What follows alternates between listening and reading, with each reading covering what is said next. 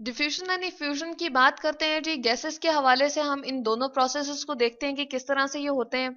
यहाँ पर जैसे कि आपको कुछ ग्रीन कलर के मॉलिक्यूल्स नजर आ रहे हैं, इनको हमने सपोज कर लिया कि लेट सपोज हमारे पास ये गैस के मॉलिक्यूल्स हैं, और यहाँ पर हमने क्या किया, इसको रूम एक कंसिडर कर लिया। अब ये क्लोज्ड रूम जो है, यहाँ पर हमने क्या किया जी, स्प्रे की बोतल को ओपन किया। जैसे ही हमने उस खुशबू की बोतल को ओपन किया तो यहाँ पर उसके मॉलिक्यूल्स जो थे ये स्प्रे किया हमने, वैसे इस रूम के इस वाले पोर्शन में। तो क्या होगा, यहाँ पर उसके गैस के मॉलिक्यूल्स बहुत ज्यादा तादाद में होंगे, इसको कहते हैं जी हाई कॉन्सेंट्रेशन। अब ये क्या करेंगे, इस हाई कॉन्सेंट्रेशन से जब कमरे के उस वाले पोर्शन तक जाएंगे जहां पर इसकी कॉन्सेंट्रेशन बिल्कुल नहीं थी, या इसकी अमाउंट नहीं थी, इसकी मिकदार नहीं थी, गैस के मॉलिक्यूल यहाँ मौजूद ही नहीं थे, जो कि हमारे पास परफ्यूम के गैस के मॉलिक्यूल्स थे वो यहाँ पर नहीं मौजूद थे। तो क्या होगा कि ये मॉलिक्यूल्स जो हैं वो यहाँ से हाई कॉन्सेंट्रेशन से, जहां पर इनकी मिकदार ज्यादा है, वहां से लेस कॉन्सेंट्रेशन की तरफ या लो कॉन्सेंट्रेशन की तरफ जो है वो मूव करेंगे। तो इस प्रोसेस को हम कहते हैं जी डिफ्यूजन इन गैसेस, यानी कि गैस के मॉलिक्यूल जो है वो अपनी हायर कॉन्सेंट्रेशन से लो कॉन्सेंट्रेशन की तरफ अगर मूव कर रहे हैं तो उसको हम कहते हैं जी डिफ्यूजन इन गैसेस।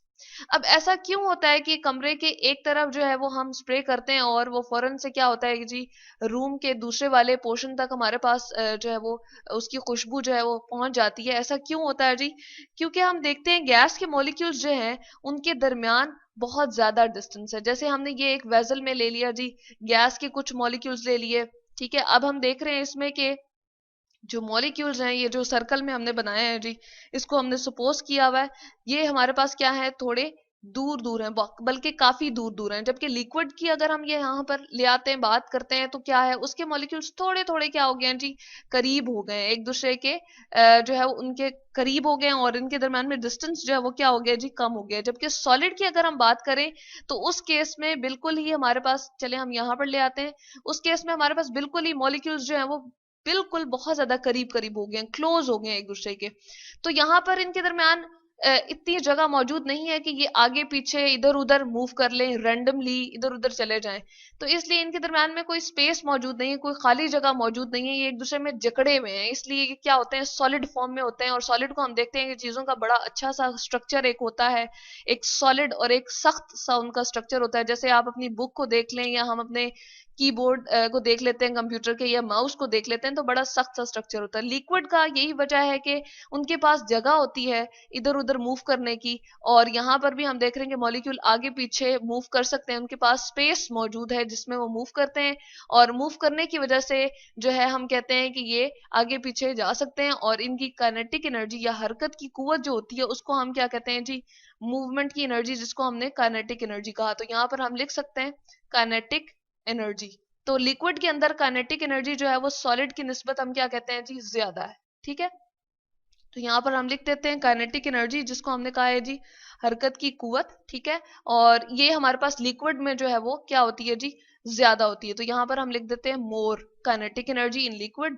और जैसे ही हम गैसेस की बात करते हैं तो इनके दरम्यान में बहुत ज्यादा स्पेस होती है, बहुत ज्यादा जगह होती है कि ये आगे पीछे और इसी तरह से क्या कर सकती हैं जी, रैंडमली मूव कर सकती हैं, आगे पीछे चली जाती हैं कमरे के, इधर उधर दाएं बाएं लेफ्ट राइट, जिस तरफ भी होता है इनको स्पेस मिलती है वहां पर मूव कर जाती हैं।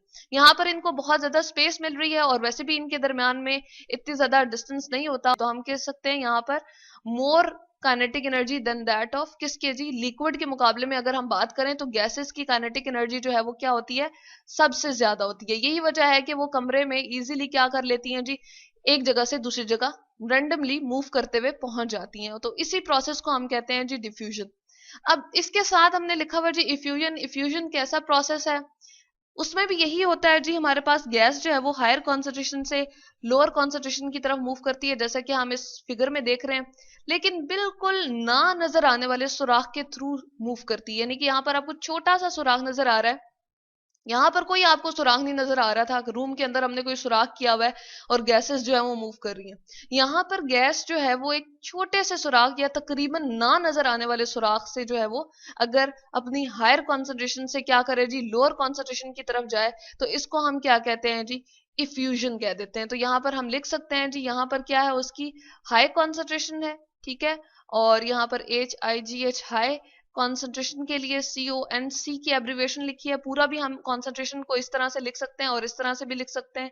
और यहाँ पर क्या है जी, उसकी कॉन्सेंट्रेशन हम कहते हैं लो है। तो यहाँ पर हमने देख लिया कि हमारे पास जो है किस तरह से वो हायर कॉन्सेंट्रेशन से लो कॉन्सेंट्रेशन की तरफ गैस जो है वो मूव करे, और किसके थ्रू जो मूव करे, हमारे पास एक छोटे से होल के थ्रू, छोटे से सुराख के थ्रू, या फिर हम ऐसा कह सकते हैं कि हमारे पास वो जो है वो मूव करे ना नजर आने वाले सुराख से। इसकी हम जस्टिफिकेशन इस तरह से भी ले सकते हैं कि हमने एक बलून लिया और उसको जी हमने फुला के रखा, उसकी जो है वो अच्छी खासी गैस उसमें मौजूद है, ठीक है।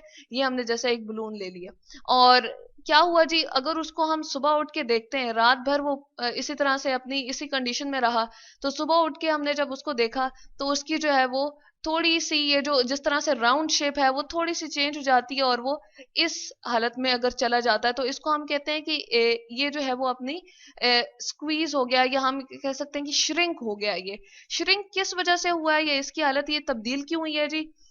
इसमें ना नजर आने वाले सुराखों में से जो हमारे पास गैस थी, जो हमारे पास अंदर, हमने इसके अंदर गैस भर के रखी हुई थी, वो क्या कर गई जी, बाहर की तरफ मूव कर गई। और इसको हम कहते हैं कि ये कौन सा प्रोसेस हो गया जी, इसमें से इफ्यूजन का प्रोसेस हो गया। अब गैस की कॉन्सेंट्रेशन अंदर क्या थी जी, हाई कॉन्सेंट्रेशन थी। हम यहाँ पर लिख सकते हैं हाई कॉन्सेंट्रेशन, यानी कि उसकी अमाउंट अंदर जो थी वो ज्यादा थी, ठीक है। कॉन्सेंट्रेशन के लिए अगेन मैंने CONC लिख दिया, इसकी एब्रिविएशन फॉर्म में हम ये लिख सकते हैं कॉन्सेंट्रेशन की, और पूरा भी लिख सकते हैं।